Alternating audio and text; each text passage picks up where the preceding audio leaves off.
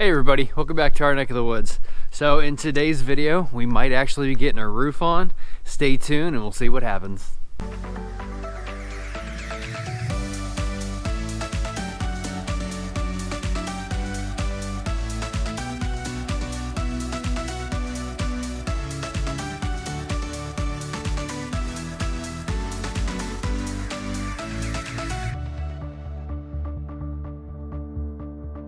So basically what's going on is I contacted the metal roofing company and told them just to hold off on doing the sheathing. Not really their fault, again, for the mistake of sending, a crew out who didn't do the work. But I decided to just take it upon myself to try and find roofing guys on my own. So looking for kind of my the own individual companies, just like if I would have hired those 9 guys out here by myself and didn't go through like a third party. So contacted at least 4 or 5 and got different prices, and basically found a company, or actually some handymen who work for roofers but aren't really doing it for a company or anything, and they gave me a price per sheet installed.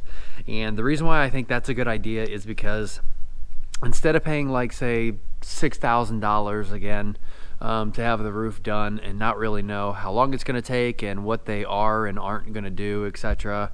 And one company who gave me a price at $1,500 per day, and not knowing again how many days that's going to take.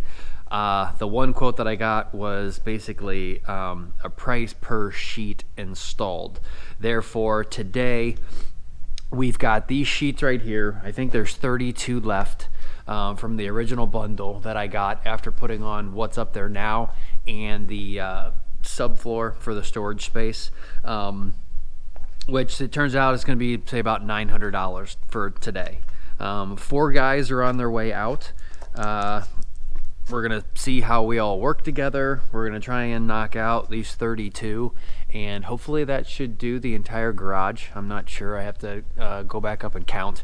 But if we work together we can get all these knocked out. Then on another day, I'll go and purchase the other bundles, because I think I need about 100 more sheets to do the house, and we'll see how we work together with doing that. But I think it's a little bit better just to do price per sheet than wasting everyone's time. So no matter what, they should get paid today if we move fast and get all those done. But it'll be kind of like a little job interview. Finishing out the garage, having 3 or 4 guys here helping push and pull and get all the trusses in line, and then we'll go from there. So they're on their way now. I think we might have to make a run. I might run out of the correct nails. I do have other ones, but I would like to use the correct galvanized and the correct length for going up there. But again, they're on their way, so stay tuned and we'll see how we do this today. The roofers did come out. They actually weren't planning on working. Guess there was just miscommunication. They wanted to see the job, meet me, see what kind of tools I had, and they were actually more shocked from the picture that I sent of how tall the house is. They thought it was just going to be like a smaller ranch, and I told them, I was like, no, it's pretty tall. So I'm gonna go ahead and get you guys a lift, which I went ahead and did.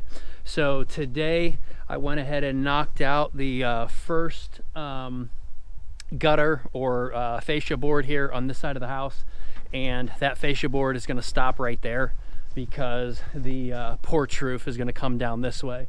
So you'll only have the gutter going to about there, and then the other gutter will come out this way going along the porch.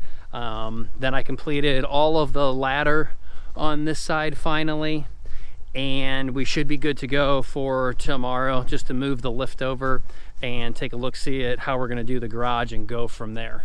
So in preparation for tomorrow, the other thing I did, Aaron and I just picked up the air compressor and we put it up into the garage storage area, so that way we're not tripping over the hose down here on the ground, and the hose isn't like super long. I just put a rope on it and pulled it up and set it up there.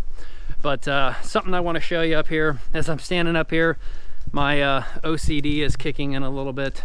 So some of the boards up here, because this isn't, regular subfloor, there's a reason why. subfloors have tongue and grooves, and that would be, for example, right here. Because there's no tongue and groove, you get settling. Like this board is still nice and flat, but this board's starting to dip. So when you stand on this, it's a little unnerving to feel the floor kind of flex underneath of your feet.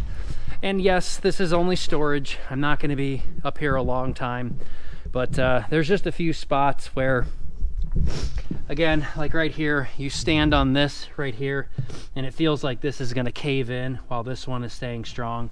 So because I got so many 2-footers laying around, I went ahead and nailed a 2-footer right here. And then when I start an 8-footer right here and go across, that 8-footer will bridge that crack, and it'll bridge this crack over here. So we're just gonna sacrifice like 8 more panels and put it up here, make this subfloor strong, and then you won't have any of those cracks because I'll go ahead and bridge that gap. And then some of the other 2-footers I had laying around, I went ahead and started putting up here, so that way nothing can fall off. And these are easy, just to hit them on the studs. They're about 24 inches tall, so they're not too tall that if you needed to step over here like this, when I go ahead and do insulation and stuff, I'll have to obviously crawl back in there. So I don't want to make that too high or else I won't be able to get over. But again, we're going to sacrifice a few more panels, build a box on these sides here, and then this side over here we'll just have a railing, and then this side over here we'll just have a railing, kind of a foot railing down at the bottom so you don't kick anything off, and then more of like a waist-high railing up here so nothing falls off this way. And I guess technically I could box it out too if I wanted to, but just wanted to show you guys that real quick. But again, now that we got the air compressor up here, it's going to be real easy to start knocking these sheets out tomorrow with these guys, and hopefully we will see you guys back then bright early in the morning.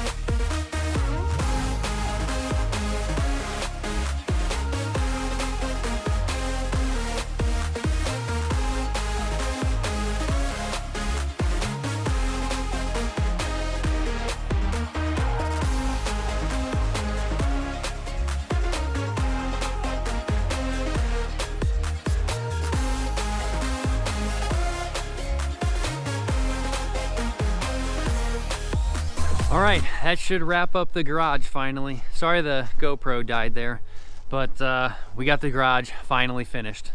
It's finally sheathed. We've got our first 2 rows of ice and snow guard or water barrier on. We still need to do the rest. A few people said it's not necessary, but again, since I have no idea when I'm gonna get the metal roof on, I'm just gonna go ahead and use this ice guard all the way up. And the reason why I'm using it all the way up is because this product that I went ahead and got is called Carlisle Whip 300. It's a high temperature under laminate for metal roofs. It's approved up to like 250 degrees Fahrenheit. It is a peel and stick, but because we're wet, because it's cold out, we've had to use some button caps to put on there. I don't know if you can see the little orange dots up there, but that's just kind of what I have to do. But because it's thick and it's self-healing, it's okay because it's obviously going to seal around the nail hole. Maybe not 100% as you would think, but it's better than nothing until I get the metal roof on. So it did snow and rain a little bit today, so it's still kind of wet here in the garage. Definitely a lot darker. But we are 8 weeks out right now. I did contact the window people and figure out what time frame they're getting delivered. No ETA yet, but they said we should be getting close. The doors are actually going to be running further behind, but hopefully the windows should be here, and I can go ahead and throw some Tyvek right now, and then that way we can get the garage kind of fully weathered in there a little bit from either just, you know, snow or rain blowing in. And then once we get all of the this Carlisle Whip 300 on, then the roof will pretty much be waterproofed. Again, a little bit of overkill, especially for a metal roof, since obviously you can't lift shingles up or metal roofs up to get wind-driven rain and stuff to get under there to start forming like ice dams that push the shingles up, and the ice actually starts crawling up the roof. That's the whole point of this stuff. Not a problem with a metal roof, but still spend a little bit of money on it just to give you some of that extra insurance protecting that wood. That way, if I'm 2 months away from putting the metal roof on, I'm at least protecting the wood. I'm covering up all of the cracks where 2 panels come together, so that way water can't keep dripping down in, because like I said, the garage is completely soaked right now because it hits a panel, goes down, falls down the crack, and then the rain over here goes down that panel and falls down that crack. So we've only got like 1 crack sealed so far, and we've got basically 25 feet from the outside eaves all the way up to the peak. So obviously we got 6-7 cracks going in there that we need to get taken care of. But we're gonna continue hitting at it. I'm gonna wrap this video up here. Please like, subscribe, share if you guys got any questions. Again, don't hesitate to ask in the comments or hit us up if you need to private message us over at NeckofTheWoods 2020 on Instagram. It takes 2 seconds to make an account with an email address. Some people said that they were trying to send me pictures and they didn't have an Instagram account, but again, it literally takes 2 seconds if you guys need to hit us up and ask us something privately or show us your projects. Let me see what you're working on. If you've got a dilemma with your ICF for roofing or zip panels or something like that that somebody was doing and it's not working out well, then just send me a picture over and see if I can help you guys out as much as you guys are helping us out by giving us good positive feedback in the questions here, or again on messaging with over on Instagram. But next video here, I'm probably going to finish out the deck. Once I get all of the joists in going down this way with the deck, it is on my permit sheet that I have to contact the county and they have to come look at it and approve, you know, all of the diamond pier location, and I guess all the hangers are correct and that the joists are locked in before you're allowed to put anything on top of that. Probably going to end up getting a skid steer out here. I want to get this dirt finally moved, and again, because it rained and a little bit of snow today, this stuff is just like absolute just a swamp, and my tractor can't handle it. I need a skid steer with a track on it and not tires. It's the only way I'm going to be able to push in and move any of this. But if we get this dirt out of here, right here, I can start focusing on what type of stairs we're going to have coming off of here, again, finish out the floor joists, get it approved, maybe go with Aaron and look at some decking material. And then we've got to order the front trusses for the porch, the rear trusses for the porch, and then hopefully this week we will finish or get knocking out the actual house and finish waterproofing that, and finally getting this thing closed up, as it's kind of the middle of January here now. So we will see you guys later. Again, please like, subscribe, get those comments in. We appreciate, again, all the following, love, and support, and we'll see you guys later. Take care.